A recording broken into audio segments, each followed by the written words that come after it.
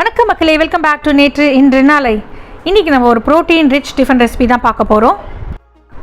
இன்றைக்கி நம்ம அடை ரெசிபி தான் பார்க்க போகிறோம். இந்த அடை பார்த்திங்கன்னா டேஸ்டி மட்டும் இல்லைங்க, ஹெல்த்தியும் கூட தான். ஏன்னா இதில் நம்ம நிறைய பருப்பு சேர்த்துருக்கோம். பிரேக்ஃபாஸ்ட்டுக்கு ஒரு பர்ஃபெக்டான டிஷ். டக்குன்னு டிசைட் பண்ணி ஒரு 1 ஹவரில் பண்ணிடலாம். பெரிய சைட் டிஷ்ஷும் தேவையில்லை. நான் எப்படி இந்த அடை ரெசிபி பண்ணுறேங்கிறத பார்க்குறதுக்கு முன்னாடி நம்ம சேனலுக்கு ஃபர்ஸ்ட் டைமாக வரீங்கன்னா மறக்காமல் சப்ஸ்கிரைப் பண்ணுங்கள். இந்த அடைக்கு நம்ம 3 பருப்பு சேர்த்துக்க போகிறோம். கடலைப்பருப்பு, தோரம் பருப்பு, உளுத்தம் பருப்பு.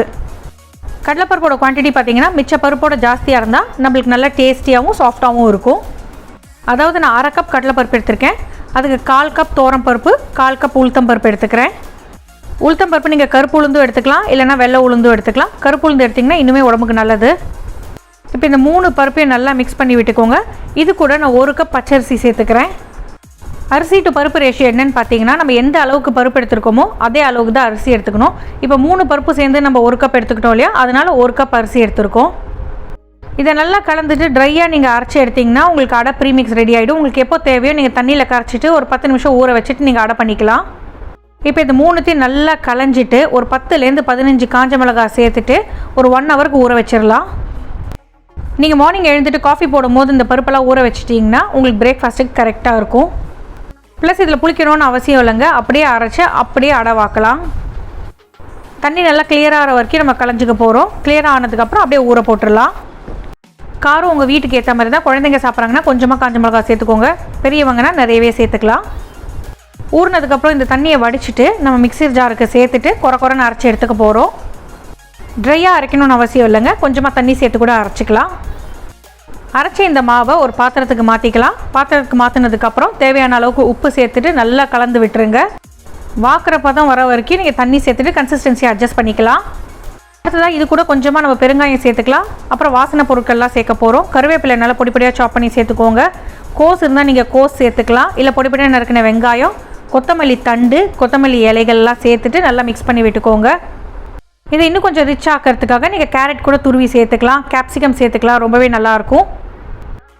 யூஸ்வலாக நம்ம என்ன பண்ணுவோம்னா அந்த கொத்தமல்லி தண்டெல்லாம் தூக்கி போட்டுருவோம் இல்லையா, அந்த தண்டெல்லாம் தூக்கி போடாதீங்க. நல்லா பொடியாக சாப் பண்ணி நீங்கள் அடமாவில் சேர்த்திங்கன்னா ரொம்பவே வாசனையாகவும் டேஸ்டியாகவும் இருக்கும். ப்ளஸ் கொத்தமல்லி தண்டு உடம்புக்கு ரொம்ப நல்லது. நீங்கள் ஏஷியன் குவிசினில் பார்த்தீங்கன்னா அதுக்கு ரொம்ப இம்பார்ட்டன்ஸ் கொடுத்துருப்பாங்க. நான் மாவுலேயும் கொஞ்சம் வெங்காயம் சேர்த்துக்கிட்டேன். மேலே கொஞ்சம் தூவுறதுக்கும் நான் வெங்காயம் தனியாக எடுத்து வச்சுருக்கேன். நீங்கள் காய் எதுவும் சேர்க்காமல் வெறும் அப்படியே மாவு அரைச்சி நல்லா மெலிசாக வாத்து கூட சாப்பிட்லாம், கரகரன்னு இருக்கும். இல்லைனா நீங்கள் முருங்கைக்கீரையை நல்லா ஆஞ்சிட்டு வாஷ் பண்ணிவிட்டு அதை கூட இந்த மாவில் கலந்துட்டு நீங்கள் முருங்கைக்கீரை அடை பண்ணி சாப்பிட்லாம். இன்னுமே உடம்புக்கு ரொம்பவே ஹெல்த்தி. ஸோ ஒரு தடவை காய்கறிகள் சேர்த்து நீங்கள் அடை பண்ணலாம், ஒரு தடவை ப்ளெயினாக சாப்பிட்லாம், ஒரு தடவை முருங்கைக்கீரை சேர்த்து பண்ணலாம். கல்லை நல்லா சூடு பண்ணிவிட்டு நம்ம எப்படி தோசை பண்ணுவோமோ அதே மாதிரி தான் நம்ம வாக்க போகிறோம். ஆனால் அடை கொஞ்சம் திக்காக கனமாக இருக்கும். எண்ணெய் கொஞ்சம் ஜாஸ்தியாக சேர்த்திங்கன்னா வடை மாதிரி பொறப்புறன்னு வரும். ஈவனாக வேகிறதுக்காக நான் அங்கங்கே ஹோல்ஸ் பண்ணிக்கிறேன்.